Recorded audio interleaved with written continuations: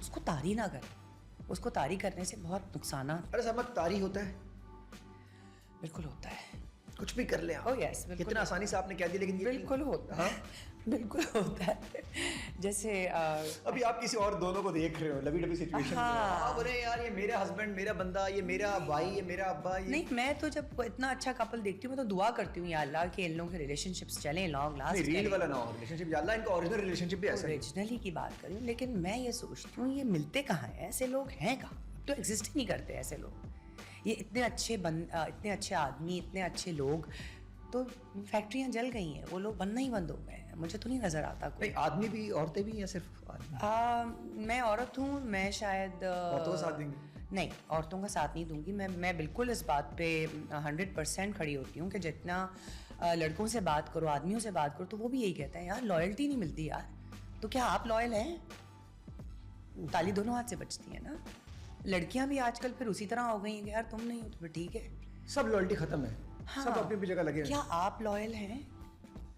میرے خیال سے لائلٹی ایک بہت ہی مہنگی چیز ہے جو آج کل کہیں بھی مل نہیں رہی ہے. یہ واپس کیسے لے کر آئے لائلٹی کو؟ اب بہت مشکل ہے, اب بہت دیر ہو گئی ہے. یہ کس نے کیا ہے؟ ڈیجیٹل میڈیا نے کیا ہے, سوشل میڈیا نے کیا ہے, انسٹاگرام ان باکس نے کیا ہے. آپ کا ہر وقت کوئی نہ کوئی بیک اپ میں سو رہا ہے. سوشل میڈیا نے بڑا غرق کیا ہوا ہے. دیکھیں جس زمانے میں سوشل میڈیا نہیں تھا نا, وہ کہتے ہیں نا کہ اللہ تعالیٰ نے کہا ہوا ہے کہ سب کچھ جاننا ضروری نہیں ہے. اگر آپ کو سب کچھ پتہ چل گیا تو آپ کی زندگی بے چین ہو جائے گی. آپ دیکھیں آج میں, آپ, ہر دوسرے انسان کی زندگی بے چین ہے. کیوں؟ کیونکہ ہمیں بہت کچھ پتہ چل گیا ہے. ہمارے بہت سارے سوالوں کے جواب پتہ چل گئے ہیں. کیا ضرورت تھی؟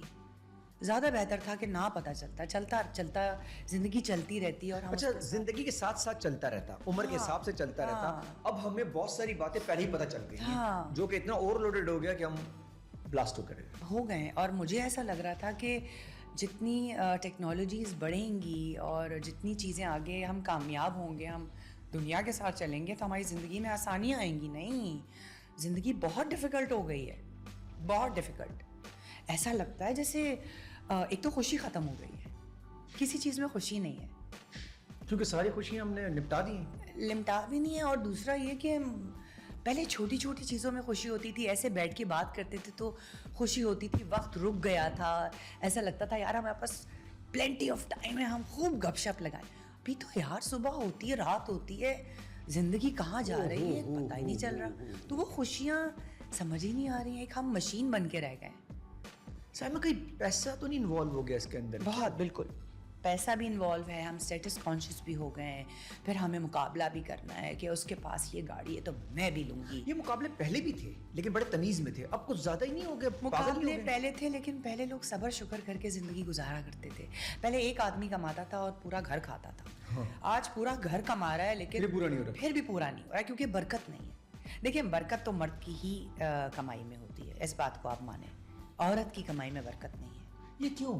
بس قدرت ہے, کچھ ایسی چیز ہے کہ نہیں, لیکن اسلامی طور پہ تو یہ ایسا کہیں مطلب نہیں ہے. نہیں, میں برکت کی بات کر رہی ہوں. بے شک آپ کمائیں, یہ میں یہ نہیں کہہ رہی کہ عورت نہیں کمائے, بہت اچھی بات ہے کہ, اور یہ بہت ضروری ہے. خرچ کر دیتی ہوگی برکت, اس لیے برکت ہی نکل جاتی ہوگی. پتہ نہیں کیا وجہ ہے, لیکن یہ کہ برکت ہے نہیں. ایک تو جب عورت گھر چلانا شروع کرتی ہے یا گھر میں کنٹریبیوٹ کرتی ہے تو ایک عورت کی نیچر ہے کہ وہ جتاتی ہے.